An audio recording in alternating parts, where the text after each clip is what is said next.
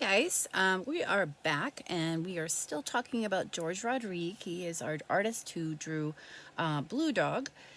And I wanted to just show you some examples of his work so that we could move forward and begin to color our own and add some extra details. So we're going to worry about the dog and we're also going to worry about the background. So I'm going to show you some examples of both the background and the dog.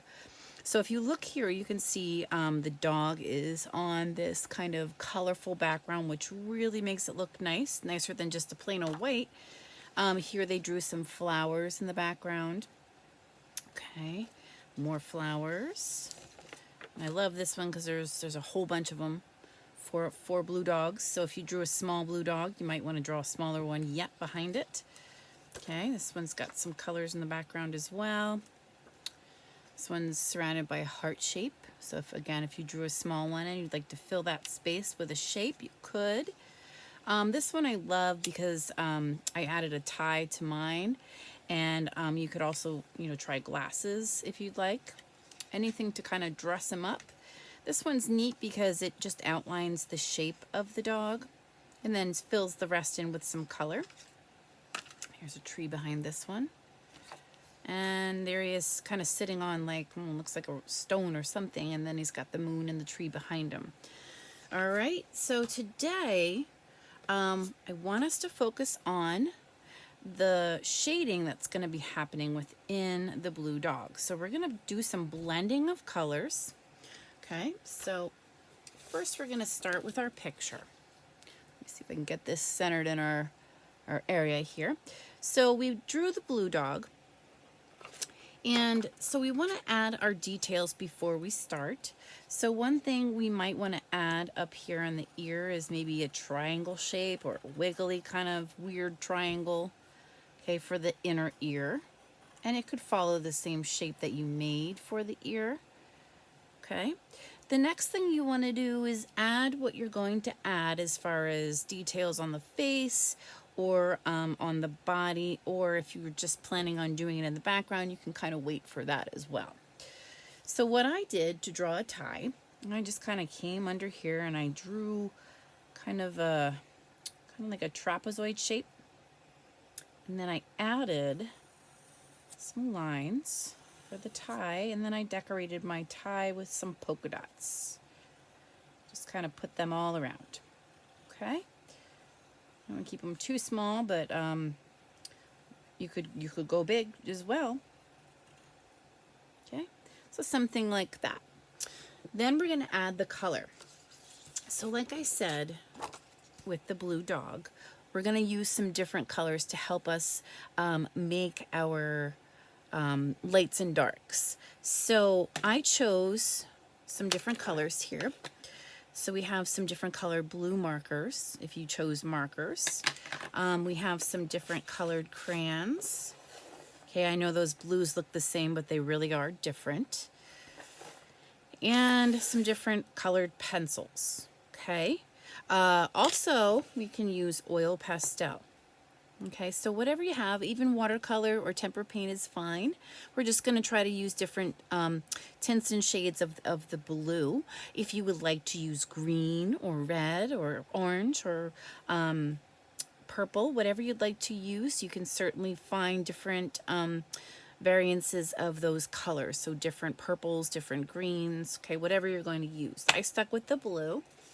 Let me show you an example of what we got done here.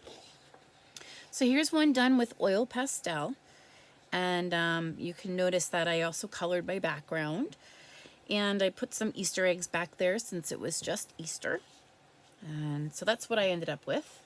My son also tried it. Now he didn't finish his background. You see how that can look unfinished when we don't color that white space in? So his was an artist actually. So he's got a beret up there and he's holding a paintbrush and a little palette. Kind of reminds me of somebody who's in the army because he's green. So again, blue does not have to be your color, but you can see we did use some different tints and shades of the green. All right, so how do you start this? Let's see. So here's one that I started today. And I started with my lightest blue or lightest color of whatever color you're using. So I was using the colored pencils for this. So this was my light blue. I colored everything in with light blue first. You can see I left this undone. Now, one thing about the colored pencils is your pencil tip might break, but you're also going to be using a lot of the color pencil, so it's really important that you have a pencil sharpener. If you don't, you're going to end up with, you know, half your dog colored, and then you won't be able to get the rest colored if you don't have a pencil sharpener. So if you do, keep one nearby or have access to one so you can get to one. If that's not an option, then maybe try a different material, whereas you maybe use crayons or something. I haven't yet tried it with marker, but I would love to see what it would look like. I'm sure someone's going to try that. All right, so we would get all of this colored in, and when I color this, I'm going to try and make sure that I'm going in the same direction, okay, to try to keep it looking neat, because we know that if we scribble, you can usually see that you've been going all over in different directions, and it doesn't always look as nice. Okay, so you want to finish that and get that all the way down. Okay, so I'm just going to get you started so you can kind of see that over here I did some darks. So I had a color that was just slightly darker than my light blue, and I went over that and I came in pretty far. And when I do this, I'm also showing that the face has form, that it's sort of rounded. Okay, so we have lights and darks to our face and lights and darks to different objects, and when we add those lights and darks, it almost makes it look a little bit more real. So I took, let's see, I had this one, and this one was next. This one I didn't really use because it was very, very close to that. But this one is called Indigo Blue. It looks almost like it's black, but you will notice that it is a bit more blue than it is black when we put it on the paper. So let's go with our medium blue. And what I'm going to do is I'm just going to shade around my dog.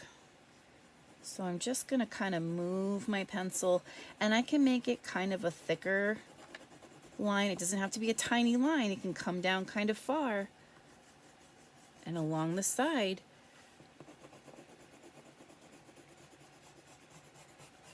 And all the way around. And not only am I going to do the head, but I'm also going to come down and I'm going to do the body as well.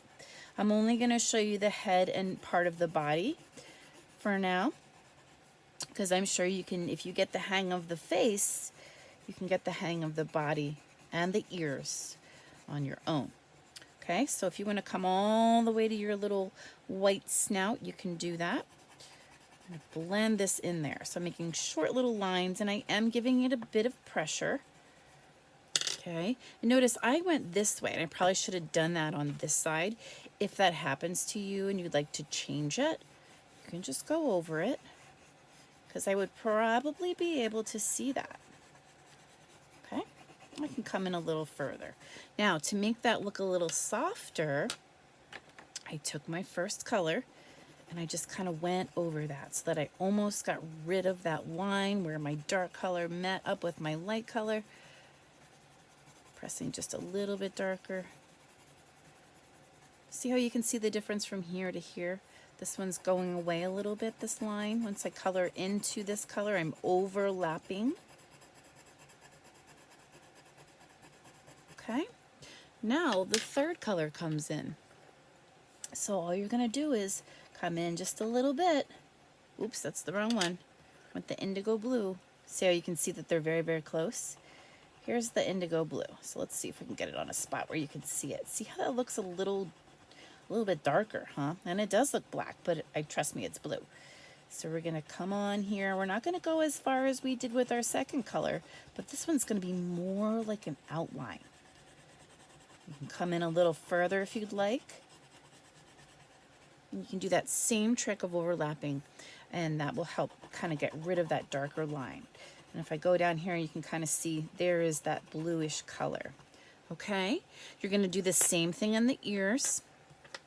You're going to get your light color first, then you're going to go in with your medium color, and then your dark color around it.